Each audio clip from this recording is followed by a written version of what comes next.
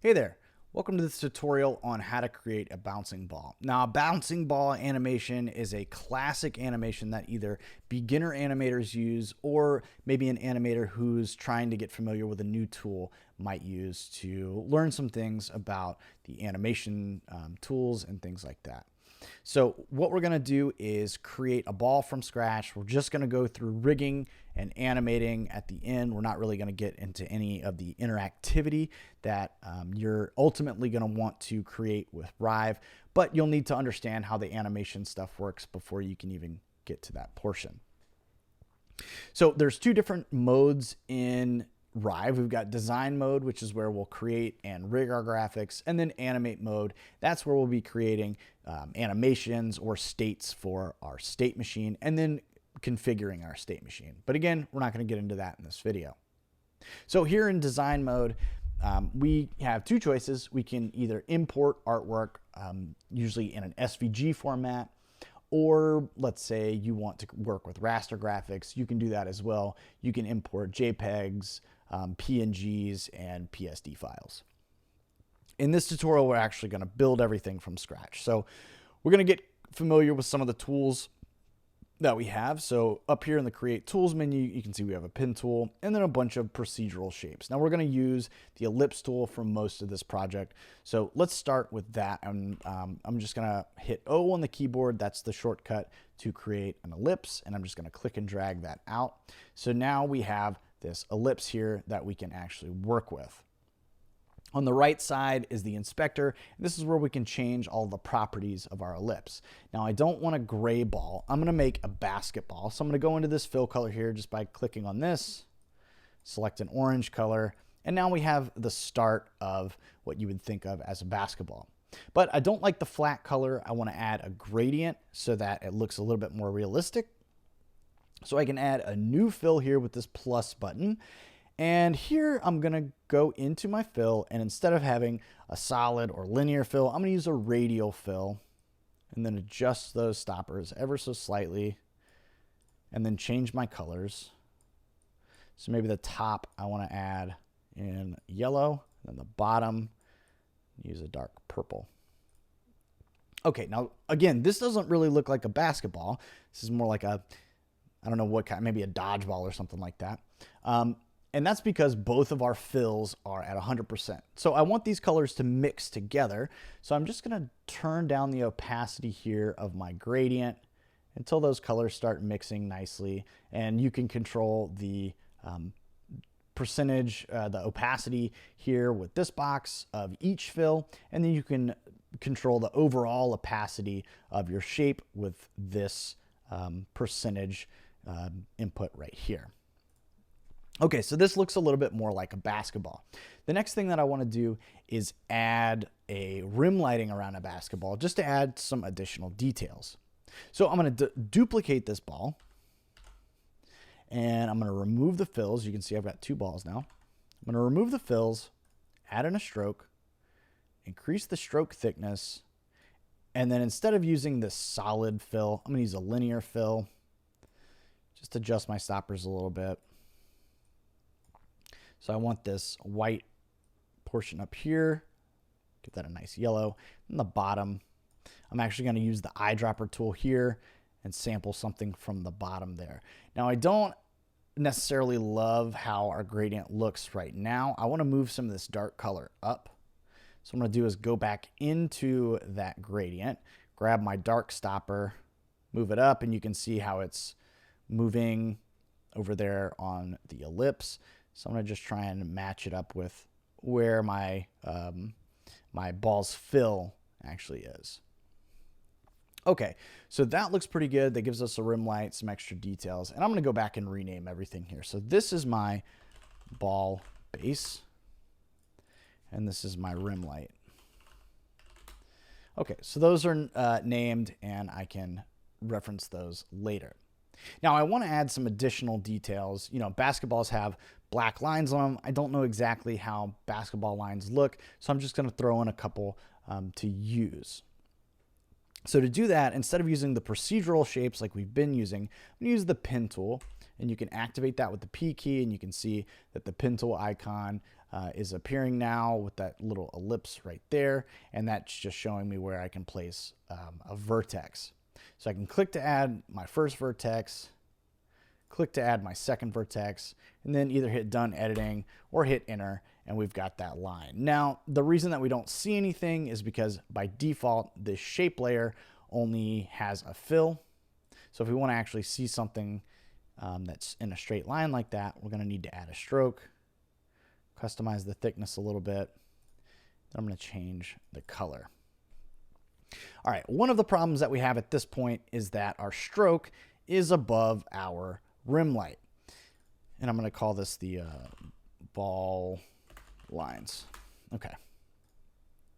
Now the hierarchy over here on the left side not only shows us the relationships between all of our objects on the stage, but it also shows us our draw order, with the objects at the top being rendered in front and the objects at the bottom being rendered at the back. So if we want the rim light to be over that ball line, we just need to reorder it, drag and drop, and you can see that now the ends of our line are hidden by the rim light. Now you could go in and stretch this line out,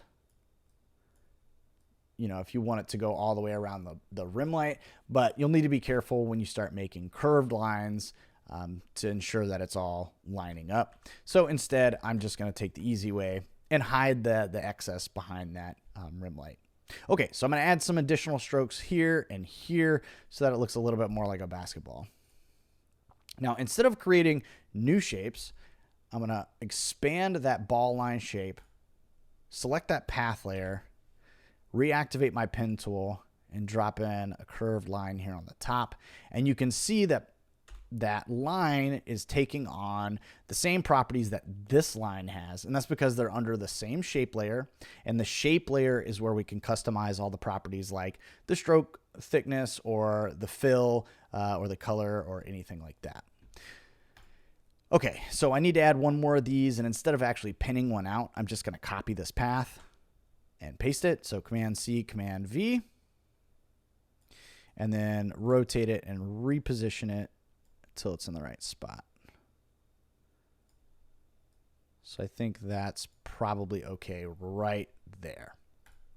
All right, so our ball's done. The next thing that we need to create is a shadow that's going to give us a ground plane that we can actually bounce our ball off of. So I'm going to create another ellipse and give it a radial gradient. Center the stopper like that, change it to black, grab this outer stopper, and I can control the opacity of that stopper with this slider here. So now you can see we've got more of a feathered gradient. And from there, I can scale my shadow down so that it looks right in perspective. All right, so that shadow is probably a little too big, but that's okay. We can change all that at a later time. Let me rename this shadow really quickly. All right, that's great.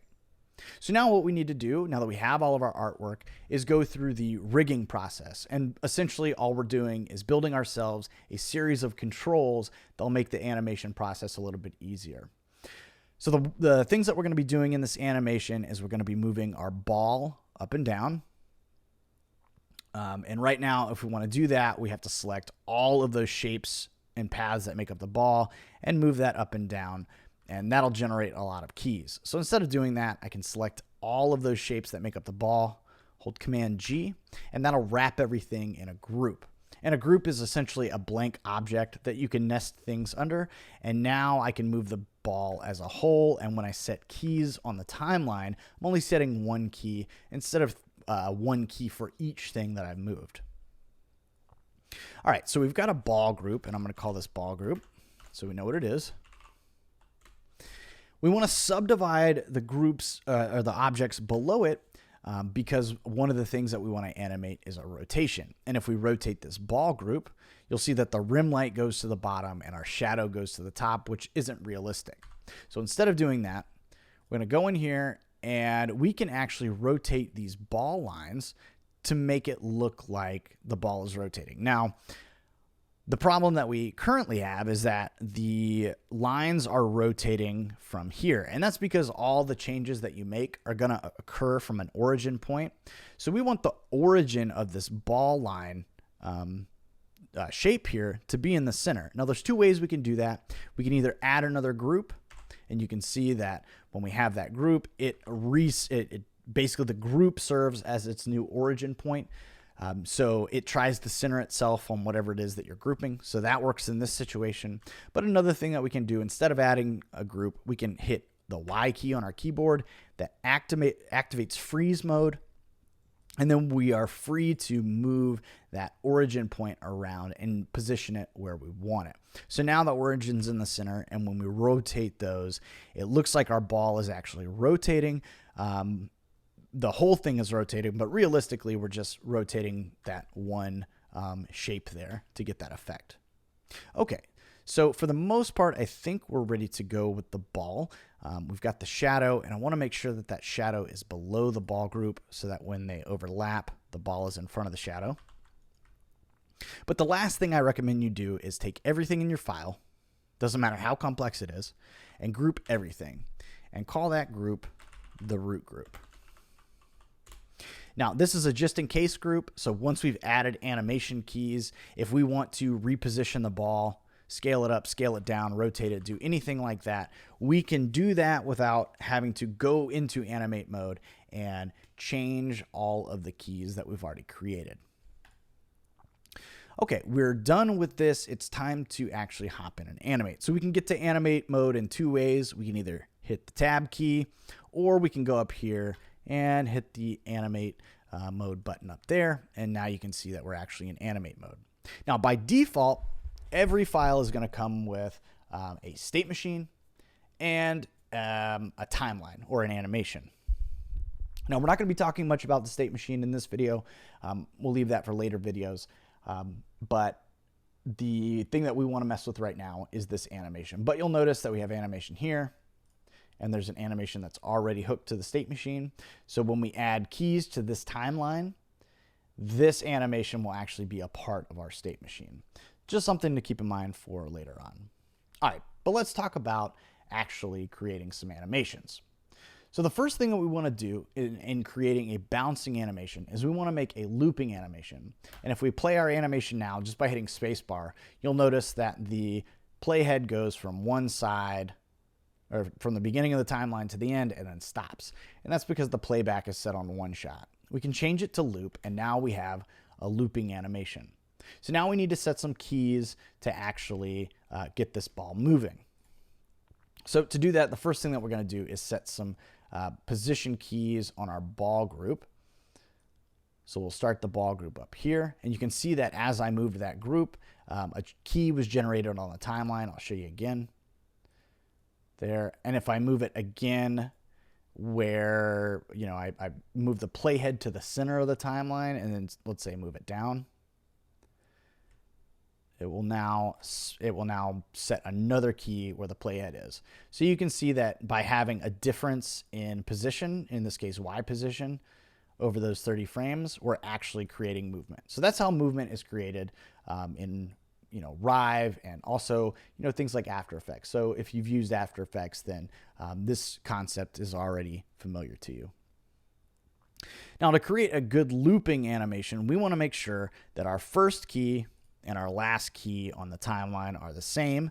So I'm just going to copy this key by selecting it, Control C, Control V, or Command C, Command V if you're using Windows. And now you can see we have a looping animation, and we've essentially created a bouncing ball. Now, this doesn't look great, but it's a good starting point.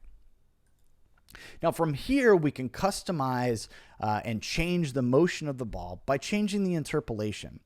And by default, our interpolation is set to linear, which means it's subdividing the difference of the value of this Y value and this Y value over 30 frames. So it's moving the same amount each frame. And when things are moving realistically, at least a lot of things, they don't move like that. They accelerate and decelerate. So we can change that by going here to this interpolation type and going to cubic. And you can see that that changes the curve here. And if I apply cubic to everything, you can see the difference. So this is with cubic interpolation. It's accelerating and decelerating. And if it's on linear, it's all moving the same speed. You can experiment with that if you want to sort of learn the ins and outs of the interpolation for yourself. But we're going to start with cubic interpolation. And if you look at this graph, the x-axis here, that is the time. So, you know, this is the time. So from here to here. And then the y-axis is the change. So if we want things to slowly accelerate into a change, then we want a shallower curve. If we want them to quickly change, we'll want a sharper curve. And then this is a deceleration at the end. So if we want something to slowly start and then instantly stop somewhere, we'd want to set up something like this. Because remember, this is time, this is change. So if you think about it like that, you can kind of envision what this is going to actually look like. Now, if you can't, one of the great things is, you see this blue line on the side, as I pan the playhead, you can see that it moves. So you can tell sort of where your motion is going to start happening quicker, because again, when the slope of this line is more straight up, you're going to get a quicker change in value. So if you think about how a basketball bounces, when it gets up to the top, it sort of hangs there and then accelerates down and slams into the ground and instantly stops. So we're gonna recreate that. What we're gonna do is make sure that the change is a lot slower, and then it'll rapidly start changing, and it won't decelerate once it hits the ground. It's just gonna instantly get to that next or stop at that value. So we can see what that looks like. Okay, so the first part of our animation looks a lot better. Now, when the ball hits the ground, it's gonna, let's say, spring up. So I'm actually not gonna have any acceleration. It's just gonna bang right off the ground. So now let's see what that looks like. Okay, that looks a lot better. It looks a lot more natural. So the next thing I want to do is actually add some squash and stretch to the ball. We're going to use the scale values here with the ball group and add some of that in, because it's a rubber ball and it's not concrete, so it will flex and stretch as it accelerates and decelerates. So at the top, it's going to be 100% scale, so it's going to look normal. And then when it starts moving quickly, like, let's say about here, maybe right around here somewhere, I want it to stretch, because this is a good way to show that it's moving fast. And this comes from basic animation principles. You can look those up if you'd like to get a little more understanding of why we squash and stretch things sometimes. Okay, so that's accelerate, and then when it hits the ground, we want it to squash. Like so. Now, one of the problems is that stretching or that squashing is happening from the center. So really what I want to do is go back to design mode and move the origin of this ball group down here to the bottom. Now I am going to need to change my Y key here. But now when it actually hits the ground, the squash change is going to happen from this origin, the point of the ground. Okay, so one of the problems that we're having is that it's starting to squash before it gets to the ground. So let's take these keys, move them over a little bit. And we want the squash to happen here. And maybe we'll take this stretch key and paste it there so that it's staying at that stretched value until here, and then boom, instantly squashes, and then it's going to stretch out again as it accelerates off the ground. So I'm going to take the stretch key that we created and probably paste it here so that it squashes and then stretches as it goes up, and then it's going to need to return to its original scale. So I'm going to copy those first keys and paste it at the end. Okay, so we didn't change any interpolation here, I don't believe. I think everything's still linear. So let's check it out. Okay, so we need to add some interpolation. I'm just going to go ahead and throw cubic on everything and then customize it from there. So it looks a little better. I think this, we want to slowly start to stretch that ball out.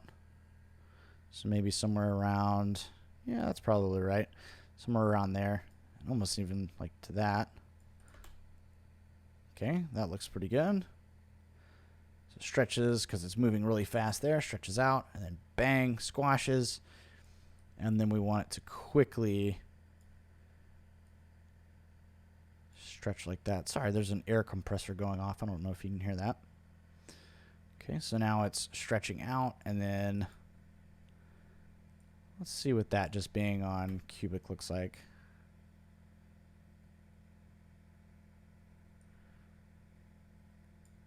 Might even be able to scoot this back a little bit more. Squashes very briefly, and then it'll just spin the rest of the time. Be going back towards normal. I think that looks about right. Okay, so we've got our ball animated. It looks great. The last thing that we're going to do is change the shadow. So when the ball is at the highest point, we're going to shrink it down. When it gets down to the ground, like here, we want to stretch that shadow out, and I'm just trying to sort of line it up with the edge of the ball. And then it's going to return back to its smallest position. Now, if we play that, you can see that the shadow is squashing and stretching at a different rate of change than our ball is, and that's because we've changed the interpolation of our Y group here. So we want to make sure that this change, or the shadow, is changing at the same rate. So we can copy the cubic values here and paste them onto the shadow. So you see the shadow has linear interpolation for now, but when we paste that value here, now we've got the same curve. We do it for this next one here, like that, and then bang. So that should look right. Okay, now let me show you something really quickly, because that's all we're going to be doing for the animation. The reason why we are making sure that we put everything on a root group is if I move this up here to the top left and I go back to animate mode, you can see that the ball, yeah, it's going off of the, or out of the artboard. I mean, we could change that. We can move it down. But I'm able to actually change the position. I could even go down here, change the scale of everything. And all of those animation keys that we set still apply. Now, if you didn't have this root group and you tried to do that, when you go into animate mode, all these things, everything would either look the same as it does. You know, if you had made changes, it won't change the scale. It'll just, it's not going to work how you want it to. And you're going to have to go in and customize your animation and, you know, scale up your ball individually and all that. But because we didn't animate anything with the root group, we're able to use that to control the position and the scale of the overall composition without having to go in and change any of our animation keys. Now, again, if we go to that state machine, you'll see if I play the state machine now, we go from that entry state into our animation, and now it's playing our animation. So if we wanted to add additional interactivity, we'd want to add in a new timeline and drag it onto the graph and connect it with transitions and add inputs and all that stuff. But we'll cover that in a different video. So thanks for joining. I hope you learned something. If you have any questions, leave a comment on the video and we'll try to get back to those as quickly as possible. So thanks for joining us, and we'll see you in the next one.